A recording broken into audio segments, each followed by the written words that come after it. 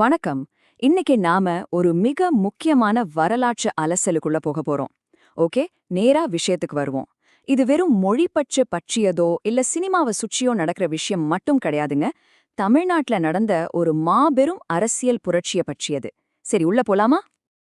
இது கொஞ்சம் கற்பனை செஞ்சு பாருங்களேன். உங்களுக்கு ரொம்ப பிடிச்ச ஒரு சினிமா ஹீரோ தான் நடிக்கிற படத்தோட வசனங்களையே தன்னுடைய அரசியல் சாசனமா மாற்றி ஒட்டுமொத்த அரசாங்கத்தையே கைப்பற்றினா எப்படி இருக்கும்? கேட்கவே ஒரு ஹாலிவுட் படத்தோட கதை மாதிரி இருக்குல்ல.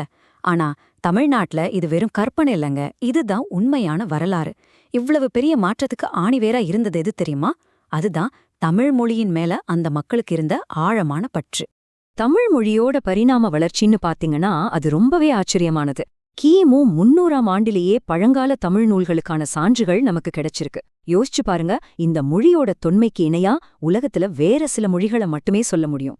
இந்த ஆழமான பண்பாட்டு பெருமைதான் நம்ம கதையோட அடித்தளமே. 2004ல இந்தியா தன்னுடைய முதல் செம்மொழியா தமிழ அதிகாரப்பூர்வமா அங்கீகரிச்சாங்க. அதுக்கப்புறம் சமீபத்துல 2024ல மேலும் 11 மொழிகளுக்கான செம்மொழி தகுதிய அரசாங்கம் முறைப்படுத்தினாங்க. இப்போ இதுல ரொம்ப சுவாரஸ்யமான விஷயம் என்னன்னா, ஒரு மொழிய சாதாரணமா செம்மொழின்னு சொல்லிட முடியாதுங்க. இந்திய அரசாங்கம் அதுக்கு என்ன மிக கடுமையான நடுநிலையான சில அளவுகோல்களை வச்சிருக்காங்க.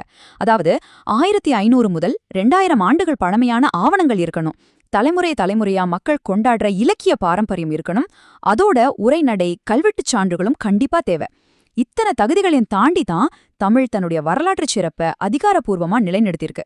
இந்த பெருமை தான் தமிழர்களோட உணர்வோட கலந்து ஒரு மாபெரும் அரசியல் ஆயுதமா மாறத் தொடங்குச்சு.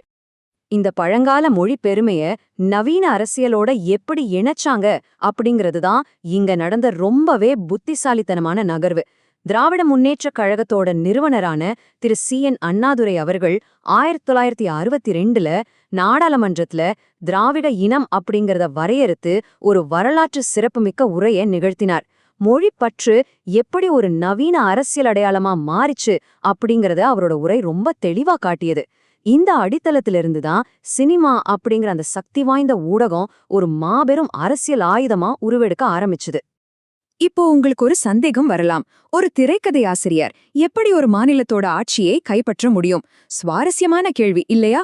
வெறும் பேனாவை பிடிக்கிற ஒருத்தரால அதிகார மையத்தை எட்டி பிடிக்க முடியுமா? கண்டிப்பா முடியும்னு நிரூபிச்சு காட்டினவர் தான் மு. கருணாநிதி.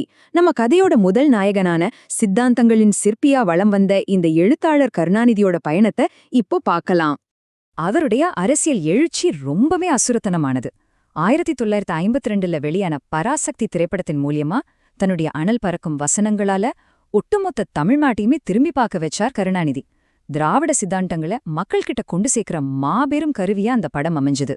அது மட்டும் இல்லாம அடுத்த வருஷமே, அதாவது 1953ல கள்ளக்குடி ரயில் மறியல் போராட்டத்துல ஈடுபட்டு சிறை சென்று ஒரு மாபெரும் அரசியல் தலைவரா உருவெடுத்தார்.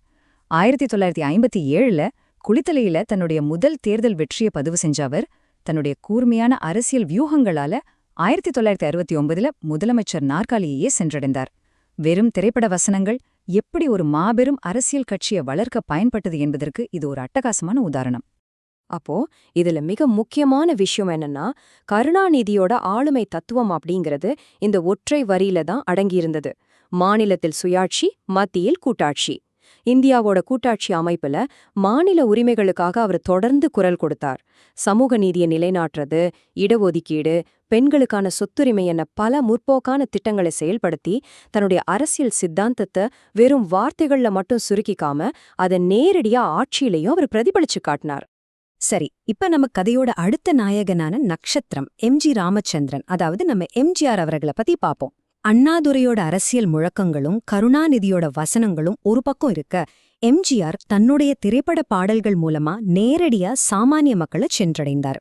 உதாரணமா 1960ல வெளியான அச்சம் என்பது மடமையடா பாடல கொஞ்சம் கவனிச்சு பாருங்க. மரணம் வந்தாலும் தாய்நாட்டை காக்க வேண்டும் அப்படிங்கிற திராவிட வீரத்தையும் அறநெறியையும் தன்னுடைய ரொம்பவும் கவனமா தேர்ந்தெடுக்கப்பட்ட தத்துவ பாடல்கள் மூலமா பாமர மக்களுக்கும் ஈஸியா கொண்டு சேர்த்தார் எம்ஜிஆர். எம்ஜிஆர் திரையில கட்டமைச்ச பிம்பம் ரொம்பவே நேர்த்தியானதுங்க. ஏழைகளுக்காக போராடுற ஒரு ராபின்ஹுட் மாதிரியான கதாபாத்திரம் தான் அவருடையது. அவர் எப்பவும் வில்லன்களை அழிப்பார், நீதியை நிலைநாட்டுவார். முக்கியமா சமத்துவம், அறநெறி அப்புறம் ஊழலுக்கு எதிரான கருத்துக்களை மட்டும்தான் திரையில பிரதிபலிப்பார். அவருடைய பாடல்கள்ல வர்ற ஒரு வார்த்தை கூட தவறான அர்த்தத்தை தந்துடக்கூடாது அப்படிங்கறதுல அவர் ரொம்பவே கவனமா இருந்தார்.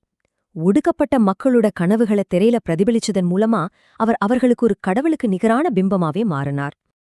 இது மிக சிறப்பா விளக்குற ஒரு விஷயம் என்னன்னா, தன்னுடைய திரைப்பட பிம்பத்தை அவர் வெறும் அந்த திரையோட மட்டும் நிறுத்திக்கல. முதலமைச்சரான பிறகு திரையில தாம் பேசின நல்ல விஷயங்கள நிஜ வாழ்க்கையிலையும் மக்களுக்கு செஞ்சார். இலவச சத்துணவு திட்டம் மூலமா பல லட்சக்கணக்கான குழந்தைங்களோட பசிய போக்கினார். ரேஷன் கடைகள் மூலமா குறைந்த விலையில அரிசி வழங்குற திட்டத்தை கொண்டு வந்தார். திரையில மக்களை காப்பாத்துற ஒரு ஹீரோவா வலம் வந்த அவர் முதலமைச்சரான பின்னாடி ஏழை மக்களோட வாழ்வாதாரத்தை காக்கும் நிஜ நாயகனாவே மாறினார்.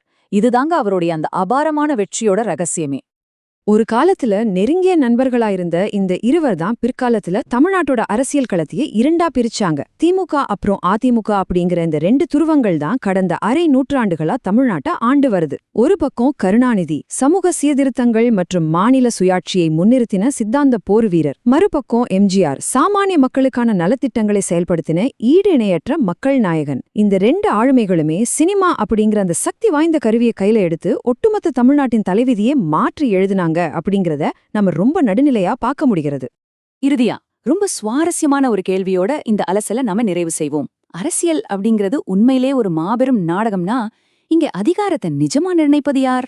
அந்த நாடகத்துக்கு தேவையான சித்தாந்தம் மற்றும் கருத்துக்களை கொடுத்து திரைக்கதை எழுதியவரா, அல்லது தன்னுடைய அபாரமான கவர்ச்சியால அந்த நாடகத்தை மக்கள்கிட்ட கொண்டு சேர்த்து அவங்க நெஞ்சங்கள்ல சிம்மாசனம் போட்டு அமர்ந்த நாயகனா?